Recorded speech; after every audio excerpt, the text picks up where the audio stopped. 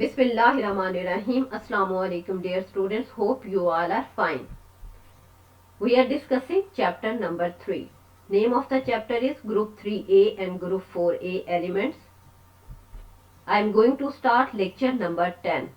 Topics that we will discuss today are number 1 is Group 4A elements. यानी इसमें हम group 4A में मौजूद एलिमेंट्स को डिस्कस करेंगे, इंट्रोड्यूस करेंगे. Second is properties of group 4A elements. यानी आज के टॉपिक में हमने फिजिकल प्रॉपर्टीज को मेनली डिस्कस करना है कि what are the physical properties of the elements that are present in group 4A. So let's start group 4A elements. Group 4A of the periodic table comprises the elements. Number 1 is carbon. Carbon is the main constituent of organic compounds. Second is silicon. Silicon is the major constituent of rocks in the form of silica and silicates. Third one is germanium. Germanium is a rare element. Then tin. Tin is found in the form of tin stone. And at the end lead. Lead occurs in the form of galena. यानी कि lead sulfide PbS. अगर हम periodic table देखें तो periodic table के अंदर ये वाला ग्रुप जो कार्बन, सिलिकॉन, जर्मेनियम, टिन और लेड, ये वाला ग्रुप है, इस ग्रुप को हम कहते हैं दिस इज 4A ग्रुप. इसको 4A का नाम भी दिया गया है. जब हम टिपिकल ग्रुप्स की बात कर रहे होते हैं, जैसे ये फर्स्ट A, सेकंड A, ये थर्ड A और इसका 4 नंबर आता है, तो इसका नाम है 4A. लेकिन इसको हम ग्रुप 14 भी कहते हैं. यानी अगर हम यहाँ से इस सारे हिस्से को भी इंक्लूड कर लें जो कि ट्रांजिशन एलिमेंट्स का पार्ट है, तो हम कहते हैं कि ये नंबर 14 पे आता है, इसलिए इस ग्रुप का नाम 14 भी है. फॉर एग्जांपल 1 2 3 4 5 6 7 8 9 10 11 12 13 और 14. क्योंकि इसका नंबर 14 है इसलिए हम इस ग्रुप को 4A भी कहते हैं और इसको हम ग्रुप नंबर 14 भी कहते हैं. अब हम देखते हैं कि इलेक्ट्रॉनिक कॉन्फ़िगरेशन और सम फिजिकल प्रॉपर्टीज उन एलिमेंट्स की क्या हैं जो कि ग्रुप 4A के अंदर मौजूद हैं. अब यहाँ पे देखें तो ये पूरी की पूरा ग्रुप के एलिमेंट्स के सिंबल लिखे हुए हैं. That is carbon, silicon, germanium, tin और लेड. अगर हम इनके एटॉमिक नंबर को देखें तो कार्बन का 6 है, सिलिकॉन का 14 है, जर्मेनियम का 32 है, टिन का 50 है और लेड का 82 है. अब जब इलेक्ट्रॉनिक कॉन्फ़िगरेशन की तरफ आते हैं तो इसमें देखें लास्ट में टोटल 4 इलेक्ट्रॉन है. S के अंदर 2, P के अंदर 2, 4 electron in the outermost shell. अगर आप यहाँ पे सिलिकॉन में भी देखें तो 3s2 3p2 यानी 4 electron are present in the outermost shell और एंड सो ऑन. सब के अंदर इसी तरह ही है. अब यहाँ पे जो हीलियम, नियॉन, आर्गन वगैरह लिखा है ये मैंने आपको पहले भी एक्सप्लेन किया कि जब भी हम किसी भी एलिमेंट की इलेक्ट्रॉनिक कॉन्फ़िगरेशन लेते हैं तो वो वाला पार्ट उस एलिमेंट के इलेक्ट्रॉनिक कॉन्फ़िगरेशन का जो कि नोबल गैस से रिजेंबल करता है उस पार्ट को नहीं लिखते बल्कि उसकी जगह पे नोबल गैस की सिंबल डाल देते हैं. अब जैसे यहाँ पे हीलियम के अंदर 2 इलेक्ट्रॉन है तो इसके इलेक्ट्रॉनिक कॉन्फ़िगरेशन 1s2 है. लेकिन यहाँ पे जब हम कार्बन के इलेक्ट्रॉनिक कॉन्फ़िगरेशन लिखेंगे तो यहाँ पे 1s2 2s2 और 2p6 आएगा. तो 1s2 कार्बन वाला पार्ट जो कि एग्जैक्टली मैच करता है हीलियम के पार्ट के साथ, तो उसकी जगह पे हम हीलियम लिखते हैं. इसी तरह से नियॉन है, इसी तरह से आर्गन है और इसी मेथड से हम आगे भी लिख लेते हैं. Next is ionisation energy. Ionisation energy आपको पता है the amount of energy that is required to remove electron from the outermost shell when the element is present in gaseous isolated state. जब हम ग्रुप 4A के लिए में ionisation energy की बात करेंगे तो कार्बन की आयोनाइजेशन एनर्जी देखें सबसे ज्यादा है, उसके बाद सिलिकॉन की, उसके बाद जर्मेनियम की, फिर आगे टिन की और लेड की. आयोनाइजेशन एनर्जी का ट्रेंड नीचे की तरफ डिक्रीज करता है. उसकी रीजन मैंने आपको पहले भी बताई है. उसकी रीजन ये होती है क्योंकि डिस्टेंस फ्रॉम द न्यूक्लियस और आउटरमोस्ट शेल का इंक्रीज होता चला जाता है जब हम मूव करते हैं डाउन द ग्रुप.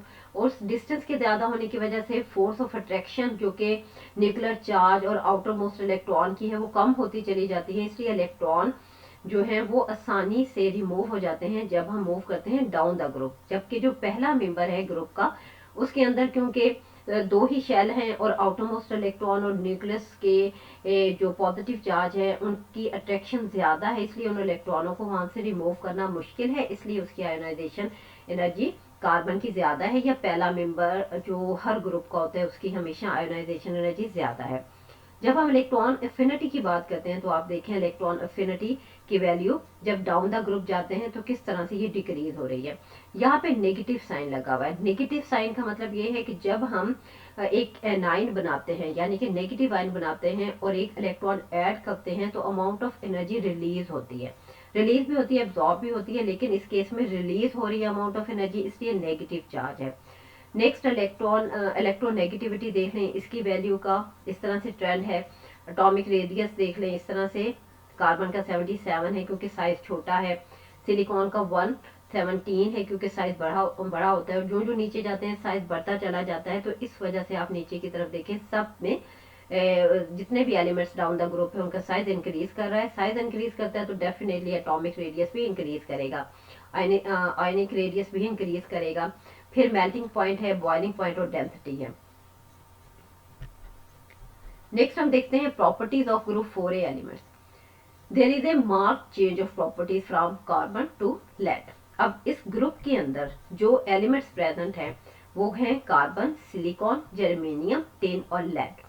अब यहाँ पे लिखा हुआ है कि मार्क चेंज ऑफ प्रॉपर्टीज है जब हम कार्बन से लेड की तरफ मूव करते हैं। अब ये कार्बन है, पहला मेंबर है इस ग्रुप का, अब ये लेड है, ये लास्ट मेंबर है। जब हम कार्बन से मूव करते हैं लेड की तरफ तो प्रॉपर्टीज बहुत ज्यादा चेंज होती हैं। कौन कौन सी चेंज होती हैं और किस तरह से चेंज होती हैं ये हमने आज डिस्कस करना है, लेकिन बहुत ज्यादा चेंज ऑफ प्रॉपर्टीज है जब हम कार्बन से मूव करते हैं लेड की तरफ। There are very few similarities between the extreme number. अब इस केस में जो एक्सट्रीम नंबर है वो कार्बन और लेड ही है, यानी कि कार्बन एक एक्सट्रीम एंड पे प्रेजेंट है और लेड दूसरे एक्सट्रीम एंड पे प्रेजेंट है। इन दोनों के अंदर बहुत ही फ्यू सिमिलैरिटीज हैं। अदरवाइज देखें तो कार्बन क्या है, ये नॉन मेटल है, लेकिन लेड क्या है, ये मेटल है। तो और भी बहुत सारी ऐसी प्रॉपर्टीज होती हैं जो कि इन दोनों की डिफरेंट है। Thus carbon and lead differ very considerably. बहुत ज्यादा कार्बन और लेड आपस में डिफर करते हैं। Carbon and silicon are the only non metals in group 4a। अब देखें यहाँ पे कार्बन और सिलिकॉन क्या है, ये दोनों के दोनों नॉन मेटल्स हैं। अब नीचे जर्मेनियम जो है इसके लिए हम कहते हैं ये मेटलाइड है, और टिन और लेड क्या है, ये मेटल्स में आते हैं। Carbon and silicon both form acidic oxides. अब कार्बन और सिलिकॉन क्योंकि नॉन मेटल्स हैं, जब ये ऑक्सीजन से रिएक्ट करते हैं और इनके ऑक्साइड्स बनते हैं तो वो एसिडिक ऑक्साइड हैं। इस चीज को हम इस टेबल से भी देख सकते हैं। यहाँ पे अगर आप नोट करें तो कलर डिफरेंट शो करके ऑक्साइड्स की नेचर को रिप्रेजेंट किया गया है। फॉर एग्जाम्पल कि ये वाला कलर है, ये वाला पर्पल सा, दैट इज एसिडिक। अब यहाँ पे ये जो पार्ट है सारे का सारा, यानी 3a ग्रुप का बोरोन जो ऑक्साइड बनाएगा वो एसिडिक होगा, 4a का कार्बन और सिलिकॉन जो बनाएगा वो एसिडिक होगा, अब 5a का जो नाइट्रोजन और फास्फोरस जो ऑक्साइड बनाएगा वो एसिडिक होगा। लेकिन जब हम नीचे इस येलो कलर की तरफ आते हैं तो ये एम्फोटेरिक ऑक्साइड है, यानी कि ये ऐसे ऑक्साइड हैं जो कि एसिडिक और बेसिक दोनों प्रॉपर्टीज शो करते हैं। और उसके बाद जो ये वाला कलर है, ये जो कलर है, these are the elements that form oxides that are basic in nature. Oxides of germanium, tin and lead are amphoteric in nature. जैसे यहाँ कलर से भी रिप्रेजेंट किया जा रहा है कि ये जो येलो कलर है जर्मेनियम, टिन और लेड, इसके ऑक्साइड्स किस तरह के हैं, that are amphoteric in nature. और जो कार्बन और सिलिकॉन के ऑक्साइड्स हैं वो होते हैं हमारे पास acidic in nature. Both carbon and silicon form covalent bonds. अब आउटरमोस्ट शेल के अंदर कार्बन और सिलिकॉन के 4 इलेक्ट्रॉन्स प्रेजेंट है। अब इन्होंने जाहिर है हर एलिमेंट की ये ख्वाहिश होती है कि वो अपना आउटरमोस्ट शेल कंप्लीट करे by the gain of electron और by the loss of electron और by the sharing of electron. अब कार्बन के अगर आउटरमोस्ट शेल में 4 इलेक्ट्रॉन है तो ये या तो 4 लेगा या 4 दे देगा। ऑफ कोर्स ये डिफिकल्ट है इसके लिए कि 4 ले या 4 दे, तो इसके लिए बेस्ट ऑप्शन ये होता है कार्बन और सिलिकॉन के लिए कि ये कोवेलेंट बॉन्ड्स बनाते हैं। अब नेक्स्ट प्रॉपर्टी हम डिस्कस करते हैं, दैट इज कैटिनेशन। अब catenation is a very important property. Carbon has the peculiar property of forming long carbon chains.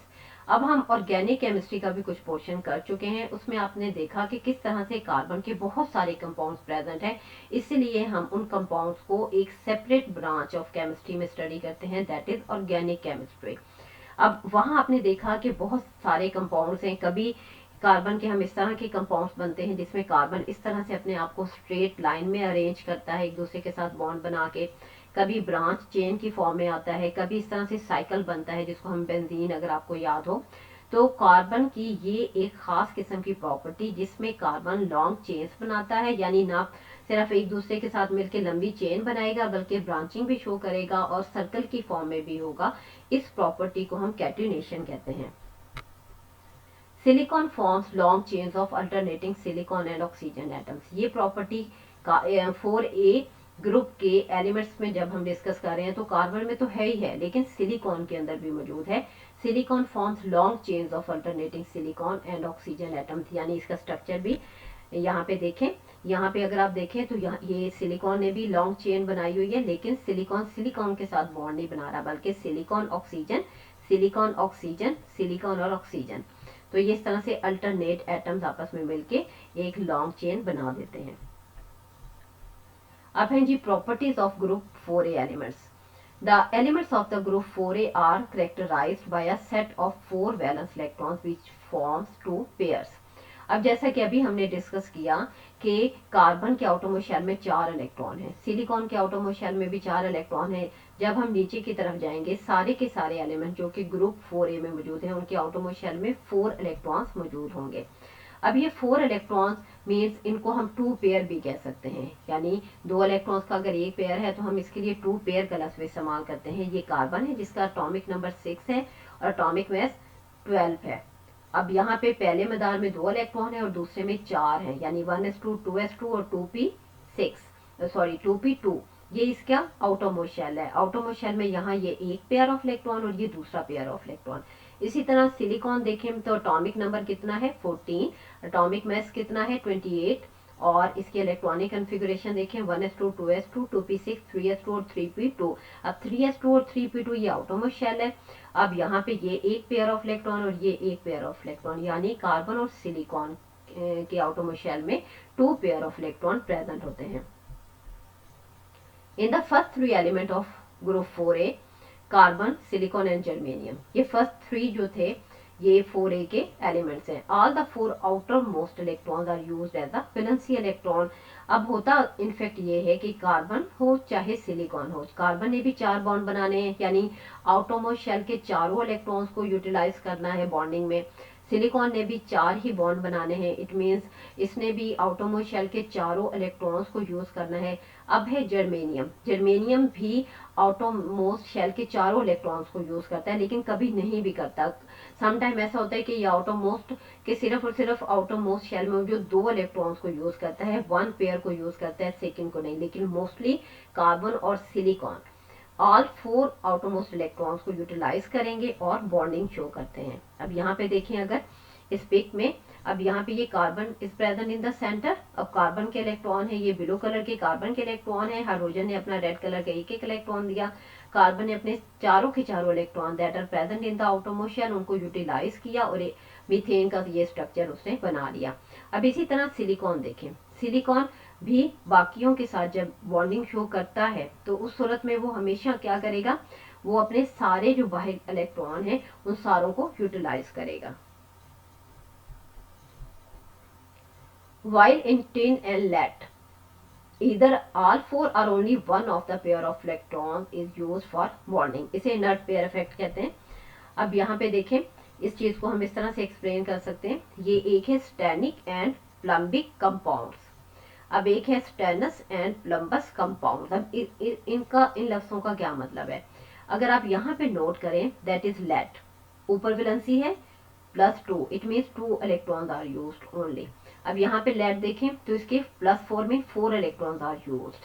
अब लेड 2 का नाम होता है प्लम्बस, यानी ऐसे कंपाउंड, यहाँ लिखा हुआ है ना प्लम्बस कंपाउंड, यानी ऐसे कंपाउंड जिसमें लेड की वैलेंसी +2 होगी। इसने अपने आखिरी मदार के 2 इलेक्ट्रॉन्स को यूज किया है और 2 को नहीं यूज किया, उन कंपाउंड्स को हम कहते हैं प्लम्बस कंपाउंड्स। और वो वाले कंपाउंड जिसमें लेड की वैलेंसी +4 है, यहाँ पे देखें ये लेड की वैलेंसी 4 है, और उन कंपाउंड्स को हम प्लम्बिक कंपाउंड्स कहते हैं। सम टाइम लेड एक प्रॉपर्टी, स्पेसिफिक प्रॉपर्टी शो करता है जिसे इनर्ट पेयर इफेक्ट कहते हैं, जिसमें ये 2 इलेक्ट्रॉन तो टेक पार्ट करते हैं बॉन्डिंग में, जबकि 2 इलेक्ट्रॉन टेक पार्ट नहीं करते। इसी तरह से टिन है। अब टिन के अंदर भी अगर आप देखें तो अगर ये +2 है यानी इसके 2 इलेक्ट्रॉन्स हैं जो कि बॉन्डिंग में पार्टिसिपेट कर रहे हैं, तो इसको हम कहते हैं ये टिन 2 है, लेकिन इसको हम स्टेनस कंपाउंड कहते हैं।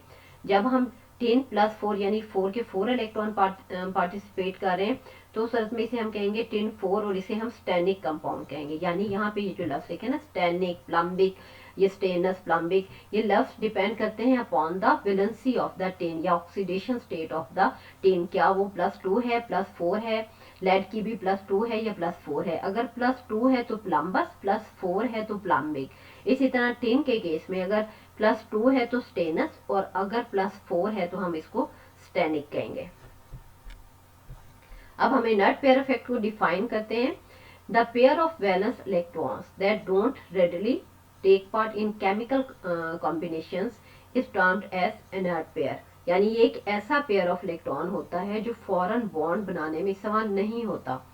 अगर नहीं होगा तो इस प्रॉपर्टी को हम इनर्ट पेयर इफेक्ट कहते हैं और ये ग्रुप 4A एलिमेंट्स के अंदर मौजूद होती है।